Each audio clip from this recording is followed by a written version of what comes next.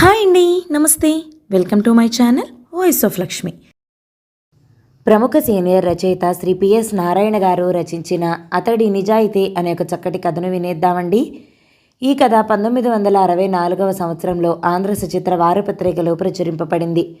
కథను మొదలు పెట్టబోయే ముందు మన ఛానల్ని ఎవరైనా ఫస్ట్ టైం చూస్తున్నట్లయితే ఛానల్ని తప్పకుండా సబ్స్క్రైబ్ చేయండి. అలాగే కథ నచ్చితే లైక్ చేయడం కూడా మర్చిపోకండి. రంగనాథరావు గారు లేచి నిలబడ్డారు. అడుగులేసుకుంటూ వెళ్ళి కూజాలో నీళ్లు గ్లాసులోకి వంపుకుని ముఖాన కొద్దిగా చల్లుకుని పైపంచెతో శుతిమెత్తగా అద్దుకున్నారు. తర్వాత మిగిలిన కాసిని నీళ్లను కిటికీలో నుండి వాకిట్లోకి విసిరి మళ్ళా గ్లాసు నిండా నింపుకుని గడగడా నోట్లో పోసుకుని త్రాగి హమ్మయ్య అనుకున్నారు. పెద్ద భారం నెత్తిమీద నుండి దింపుకున్నట్టుగా. ప్రతి నెల అంతే. మొదటి తారీఖు వచ్చిందంటే ఆయనకు కొద్దిగా కష్టంగానే ఉంటుంది. ఆ స్కూల్లో ఉన్న 20 మంది మాస్టర్లకు, 4 గుమాస్తాలకు, 5 జవాన్లకు జీతాలు పంచాలి. ఎక్కువ తక్కువలో రాకుండా జాగ్రత్తగా ఇచ్చేటప్పటికీ ఒక పెద్ద భారం తీరినట్టే అనిపిస్తుంది. లేకపోతే మరేమిటి, ఈ కాలంలో ఒక 10 రూపాయలు చేతివి పడ్డాయంటే ఆ నెల జీవితపు నౌక తల్లక్రిందులైందన్నమాటే. వెంకటేషు, లైట్ ఆర్పి తలిపేయి అన్నారు కుర్చీ మీద ఉత్తరీయాన్ని భుజాన వేసుకుంటూ. చిన్నగా నడిచి బస్టాప్ దగ్గరికి వచ్చేటప్పటికీ మరో అరగంట పట్టింది ఆయనకు. గుడ్డిలో మెల్లలా ఇదో నయం.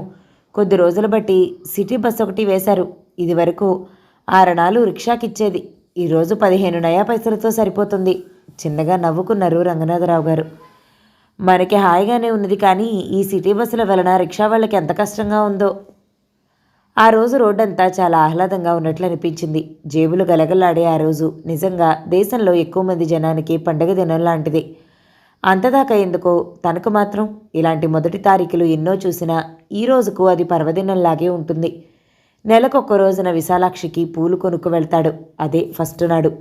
30 ఏళ్ల క్రితం, అంటే తనకు పెళ్ళైన కొత్తల్లో రోజు పువ్వులు కొనుక్కు వెళ్ళేవాడు ఇంటికి. అప్పుడంటే కానీ పెడితే దోసెడు పూలొచ్చేవి. ఈరోజో 10 పైసలు ఇచ్చినా లెక్కేసి కానీ ఇవ్వడు. నవ్వుకున్నారు రంగనాథరావు గారు గతాన్ని గుర్తుకు తెచ్చుకుంటూ.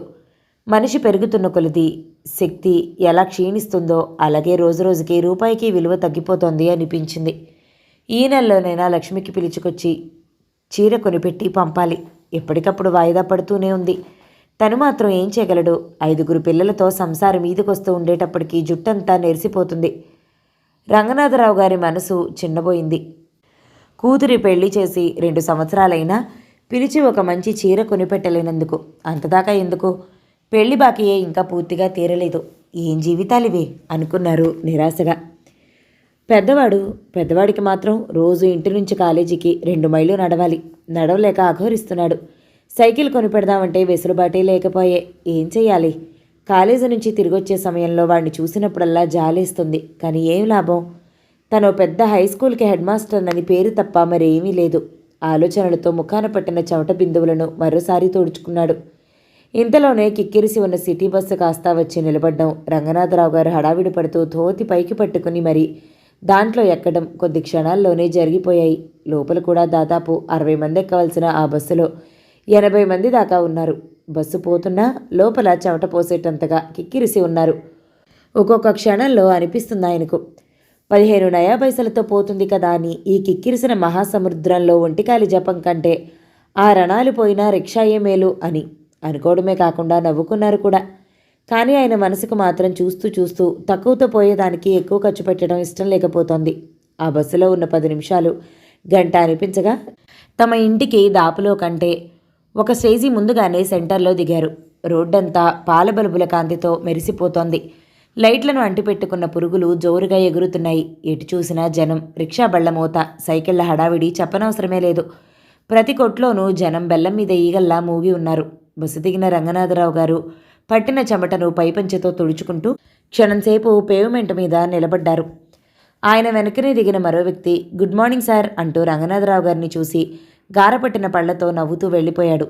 అతన్ని చూస్తూనే రంగనాథరావు గారు నవ్వి తడబడిన స్వరంతో గుడ్ మార్నింగ్ అన్నారు. ఆయన కంఠం వణికింది. అతన్ని చూస్తే ఆయనకెందుకో భయం. ఆయన కదలకుండా పోతున్న అతడి వైపు చూస్తూనే ఉండిపోయారు. పాపం, ఈవేళ ఎవరెవరికి మూడిందో అనుకున్నారు. అప్రయత్నంగా నవ్వొచ్చింది. కానీ అతన్ని చూసి తనెందుకు భయపడుతున్నాడో అర్థం కాలేదు.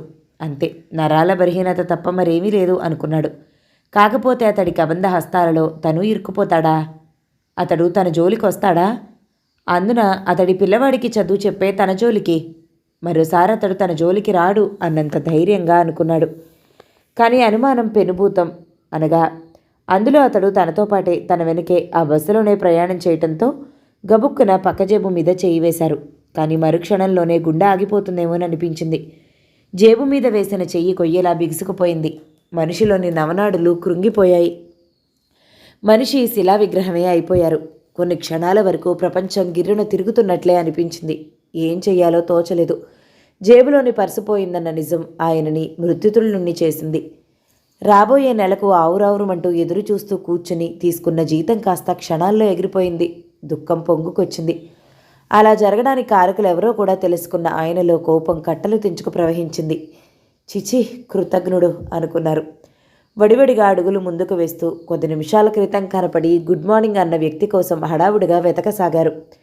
చెమటలు పడుతున్న శరీరంతో కళ్ళు బూజర్లు కమ్ముతూ ఉండగా పిచ్చివాడిలా నలుమూలలా తిరిగి నిరాశతో నిస్పృహతో ఒక మూల నిలబడిపోయారు. ఎలాంటి దుర్దినో! అసలు ఈ నెల గడిచేదలా? ఆయన గుండె వేగంగా కొట్టుకోసాగింది. తనెంత పొరపాటు పనిచేశాడు! ఈరోజు నన్న ఆ రణాలు పోతే పోయినాయి. రిక్షాలో ఇంటికి వెళ్ళుండాల్సింది. నుదుటన అలా జరగాలని రాసుంటే తనెట్లా వెళ్ళగలుగుతాడు?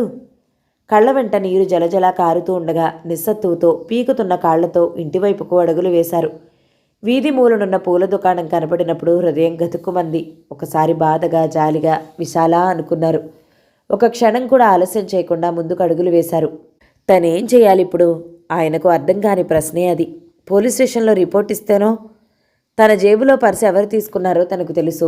తను తిరిగి పోగొట్టుకున్న సొమ్మును పొందటానికి అంతకంటే ఇంకేం కావాలి? అదే మంచిదనిపించింది. క్షణంలో మనో అనుమానం రాగా విచలితులయ్యారు. తన ఆశగాని పోలీస్ స్టేషన్లో చెప్పినా తన మొర ఆలకించేదెవరు? తన జేబులో నుండి అతడు పర్సు తీస్తూ ఉండగా తను గాని ఏమైనా చూశాడా? ఏమిటో పిచ్చి పిచ్చి ఊహలు తప్ప. ఆ ఆశ కూడా పోవటంతో ఆయనకు సర్వం చీకట్లు గ్రమ్మినట్లయింది. 2 సంవత్సరాల క్రితం పెండ్లి చేసి పంపిన కూతురుకు చీర కొని పెట్టకపోవచ్చు. జాలిగా ఎండలో చెమటలు పట్టేలా నడిచొచ్చే కొడుకు ఒక పాత సైకిల్ కొనిపెట్టకపోవచ్చు. కానీ తెల్లవారేటప్పటికొచ్చే పాలవాడికి ఏం చెప్పాలి? పెరుగువాడికి ఏం చెప్పాలి? చాకలికి ఏం చెప్పాలి? అంతదాకా ఎందుకు? వెచ్చాల కొట్టు సుబ్బన్నకి ఏం చెప్పాలి? తిరిగి 30 రోజుల జీవితాన్ని ఎలా వెళ్ళబుచ్చాలి? ఆయన తడబడ్డారు. నడవలేకపోయారు. చీకట్లో నడుస్తున్న ఆయన కళ్లకు నీటి పొరలు అడ్డుపడ్డాయి. ముందు నెలల జీవితం అంధకారంలా కనిపించింది. క్షణం కదలకుండా ఆగిపోయిన ఆయనకు మనసులో ఒక ఆలోచన తళుక్కున మెరిసింది. దాంతో ఆయన దృఢచిత్తులైనట్టుగా నిట్టనిటారుగా నిలబడ్డారు. తర్వాత మరుక్షణంలో గట్టిగా ఊపిరి పీల్చుకుని వడివడిగా పరిగెడుతున్నట్టుగా ఇంటివైపుకి అడుగులు వేశారు. దానికి అదొక్కటే పద్ధతి. అప్పుడప్పుడు గొణుక్కోసాగారు రంగనాథం గారు. ఇంటి ముందు ఆగి దగ్గరకు వేసి ఉన్న తలుపు లోపలికి నెట్టారు. తీక్షణంగా నిప్పులు చెరిగే కళ్ళతో లోపలికి చూస్తూ ఒరేయ్ రంగా పెద్దగా అరిచారు. బింకంగా గర్జించినట్లే ఉన్నదా కంఠం. లోపల వరండాలో చదువుకుంటున్న 3 పిల్లలు ఆ అరుపుకు ఉలిక్కిపడి తలెత్తి వాకిటి వంక చూడసాగారు. హెడ్ మాస్టర్ గారు! 12 ఏళ్ల రంగడు తడబడుతూ లేచి నిలబడ్డాడు. రంగనాథరావు గారు బోను నుండి బయటపడ్డ సింహంలా ముందుకురిగి వాడి జుట్టు పట్టుకుని తల వంచి వీపు మీద దబదబా బాధసాగారు. ఇల్లు కప్పెగిరిపోయేలా అరవసాగారు. వెధవరాస్కెల్! పోరా పో! నా ముందు నుంచి పో! అభ్రాచుడా! మీ నాన్నతో చెప్పు. మేస్టార్ దగ్గర తీసుకున్న 250 రూపాయలు తీసుకొస్తేనే తప్ప తిరిగి తనకు ముఖం చూపించొద్దన్నారని చెప్పు. రంగనాథరావు గారు ఆయాసంతో ఊగిపోసాగారు. వాడితో చదువుకుంటున్న మిగతా 2 పిల్లలు శిలా విగ్రహాల్లా కూర్చున్నారు. ఆయన ఎప్పుడూ చేయని రాక్షస కృత్యాన్ని చూస్తూ తలుపు కంటుకుపోయింది భార్య విశాలాక్షి. తర్వాత 2 నిమిషాలకు చంకలో పుస్తకాలతో ఒక చేత్తో జారుతున్న లాగుని పైకి పట్టుకుని మరో చేత్తో చొక్కా పట్టుకుని కళ్ళు తుడుచుకుంటూ బెక్కుతూ పోతున్న ఆ కుర్రవాణ్ణి చూసినప్పుడు ఆ రంగనాథరావు గారికే కళ్ళ వెంట నీరు జలజల రాలింది. తానేదో తప్పు చేసినట్లుగా బాధపడ్డారు. హృదయం ద్రవించింది. చేయెత్తి వెనక్కి పిలవబోయి కూడా గుండె చిక్కపట్టుకుని ఆగిపోయారు. తాను పాపిష్టివాడు అనుకున్నారు. లేకపోతే ఏమీ తెలియని 12 ఏళ్ల పసివాడి మీద అతడి తండ్రి పాపిష్టి పనులకు గాను పగ తీర్చుకుంటాడా? కానీ అంతకు మించి మరో మార్గం లేదు. ఆలోచనల అల్లకల్లోలంలో వాడు పోయిన వైపే చూస్తుండిపోయారు కొన్ని నిమిషాల వరకు. లోపలికి రండి ప్రశాంత గంభీర స్వరంతో అని వణుకుతున్న రంగనాథరావు గారి చేతిని పట్టుకుని లోపలికి తీసుకెళ్ళింది విశాలాక్షి. ఆయన శూన్యంలో చూస్తూ మంచం మీద కూర్చున్న తర్వాత ఏమైంది? ఎందుకు అలా అయిపోయారు? అడిగింది అతి ప్రశాంతంగా. ఆయన కంట్లో నీరు తిరుగుతూ ఉండగా, నెల రోజుల కష్టార్జితం గంగపాలైంది. ఆ నికృష్టపు వెధవ పొట్టన పెట్టుకున్నాడు అన్నారు. దానికి పాపం రంగడేం చేస్తాడు? మీరావేశంలో కొట్టిన దెబ్బలు తగలరాని చోట తగిలితే మన పనేమయ్యేది? రంగనాథరావు గారు భయంతో వణికిపోయారు. నిజమే, అలాంటిది జరిగితే తనేమయ్యేవాడు? పోయిన డబ్బు పోగా జైలులో కటకటాల వెనుక జీవితం. భగవాన్, తనెంత తొందరపడ్డాడు! 2 చేతుల్లో ముఖం దాచుకున్నాడు. విశాలాక్షి కొన్ని నిమిషాల వరకు మౌనంగా ఉండిపోయింది. 1 నెల జీతం లేకపోతే పడవలసిన బాధలు ఆమెకు తెలుసు. కాళ్ళు కడుక్కోండి, భోంచేద్దురు గాని అంది నెమ్మదిగా. నాకు ఆకలి కావటం లేదు. ఎందుకని ఆకలి కావటం లేదు? డబ్బు పోవటంతోనే కడుపు నిండిపోయిందా? పోయిన దానికి డొక్క నిండబెట్టుకుంటే తిరిగి వస్తుందా? ఏదో ఒకటి చెయ్యాలి. భోజనం చేసి ఆలోచిద్దాం, లేవండి. ఆయన మౌనంగా లేచి నిలబడ్డారు.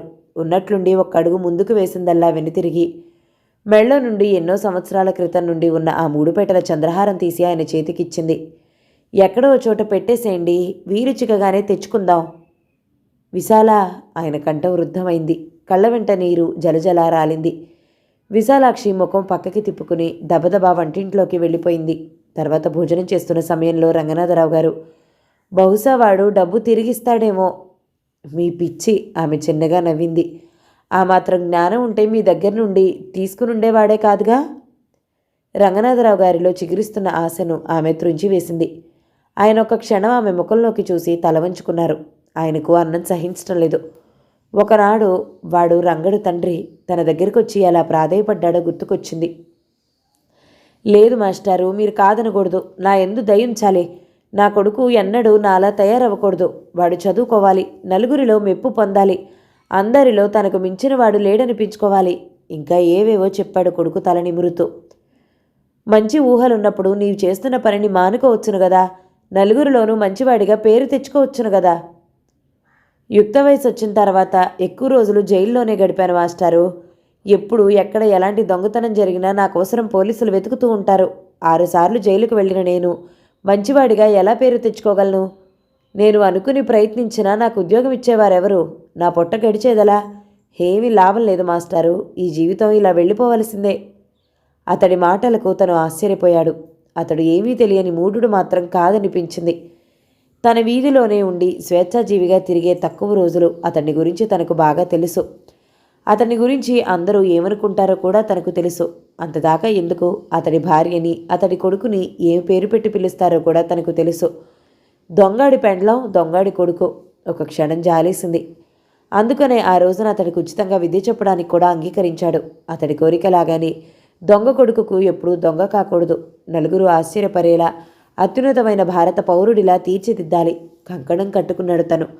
అటువంటి తన జేబునే అతడు కొట్టి తన నెలజీతపు కష్టాన్ని హరించి తనని పరిస్థితుల కత్తెరలో ఇరికిస్తాడా? ఆయనకు ఆ రాత్రి నిద్ర పట్టలేదు. మాటిమాటికి అతన్ని ద్వేషించటంలోనే రాత్రి గడిచిపోయింది. రాత్రి తాలూకాఫీసులో కొట్టిన 12 గంటలు విన్న ఆయన తెల్లవారుజామున 5 గంటలు విన్నారు. కళ్ళు మంటలు పుడుతూ ఉండగా లేచి మంచం మీద శూన్యంలోకి చూస్తూ కూర్చుండిపోయారు. దాదాపు 30 సంవత్సరాలకు పైబడి తను ఉద్యోగం చేస్తున్నాడు. కానీ ఇలాంటిది ఎన్నడూ సంభవించలేదు. 5-10 పోలేదని కాదు.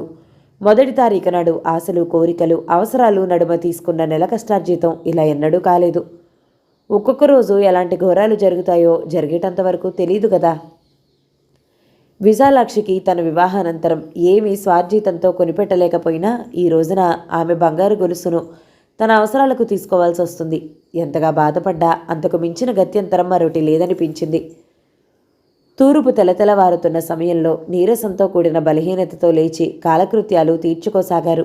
విశాలాక్షి లేచి దొడ్లో పనిచేసుకోసాగింది. పిల్లలు ముఖాలు కడుగుతున్నారు. రంగనాథరావు గారు వాకిట్లో వాలుకుర్చీలో కూర్చుని రోడ్డు మీదకు చూస్తున్నారు నిరాశగా. ఉన్నట్టుండి ఆయన ఉలిక్కిపడ్డారు. నిఠారుగా కూర్చున్నారు. ఆయన హృదయంలో తెలియని ఆశ చోటు చేసుకుంది.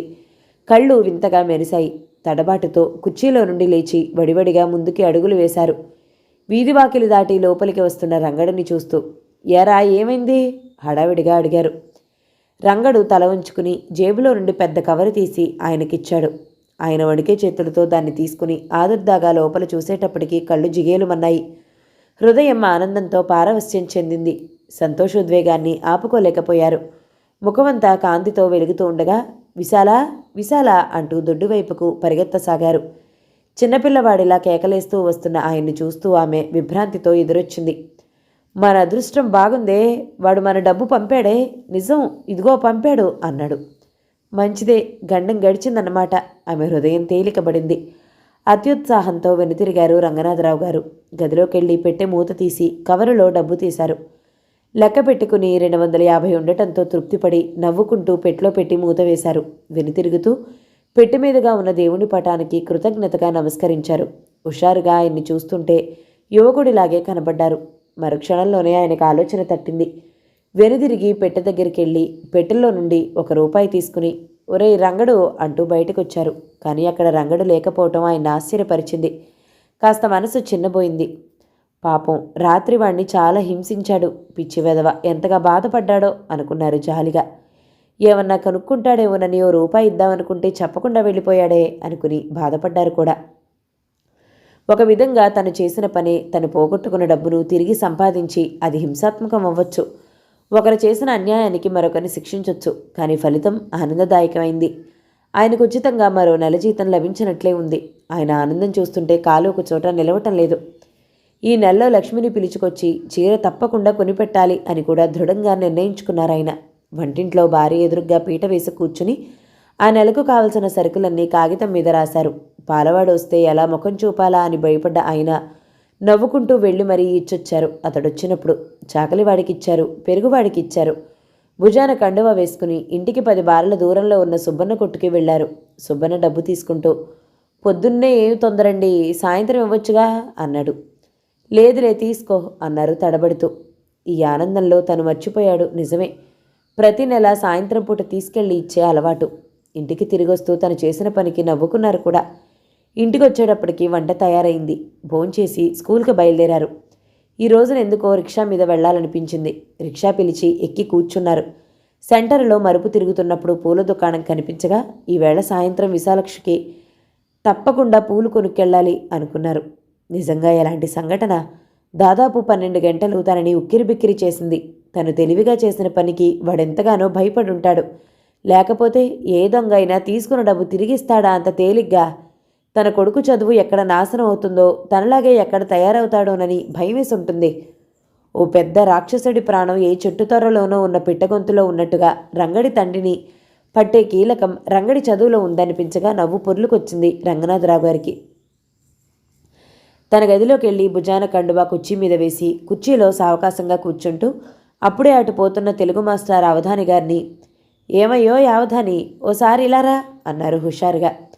రాత్రి జరిగిన సంఘటన నలుగురికి చెప్పాలనిపించింది.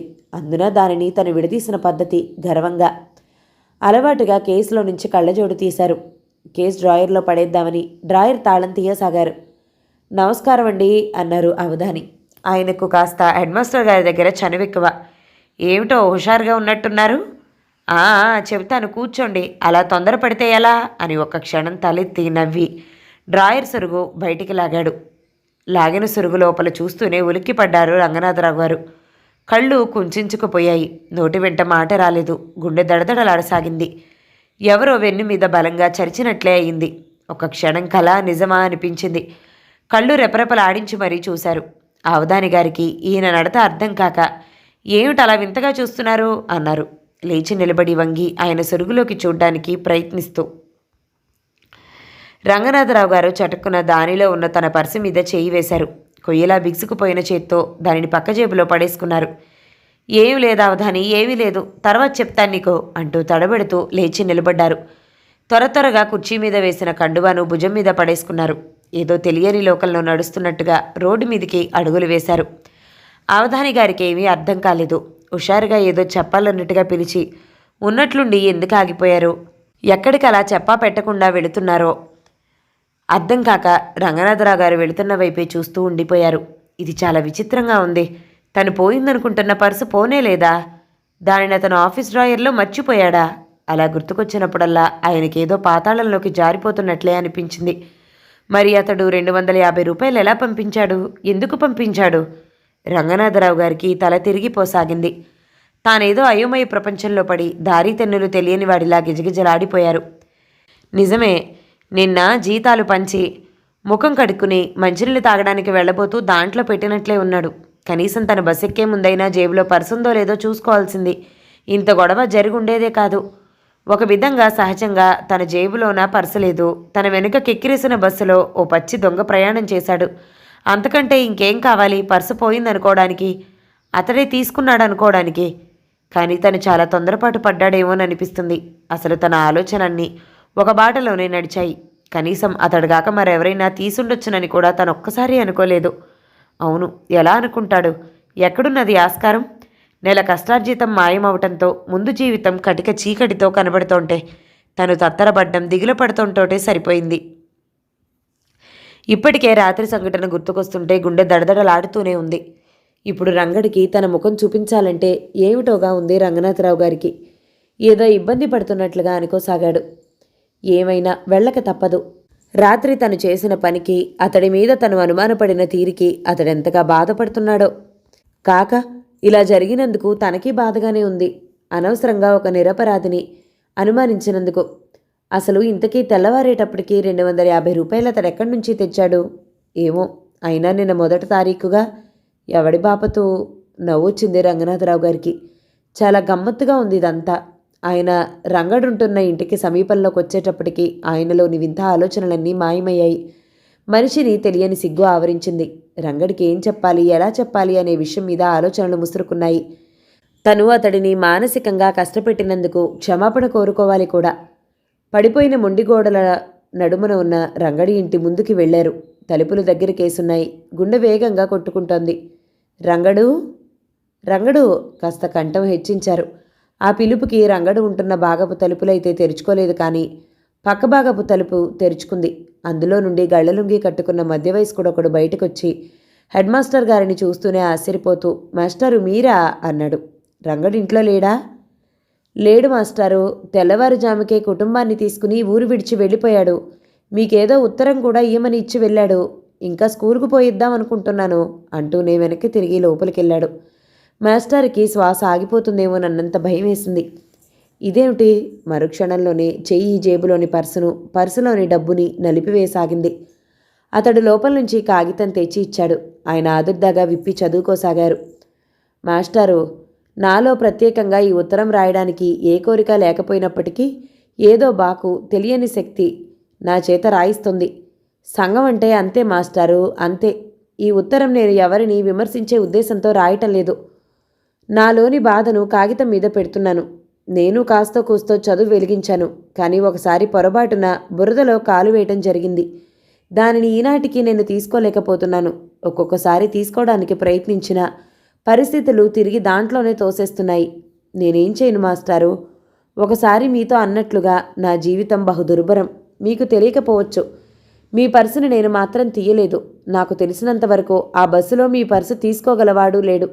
మరెలా పోయిందో నాకు అగమ్యంగానే ఉంది. లేకపోతే అది అంతకు ముందే పోయి ఉండొచ్చు.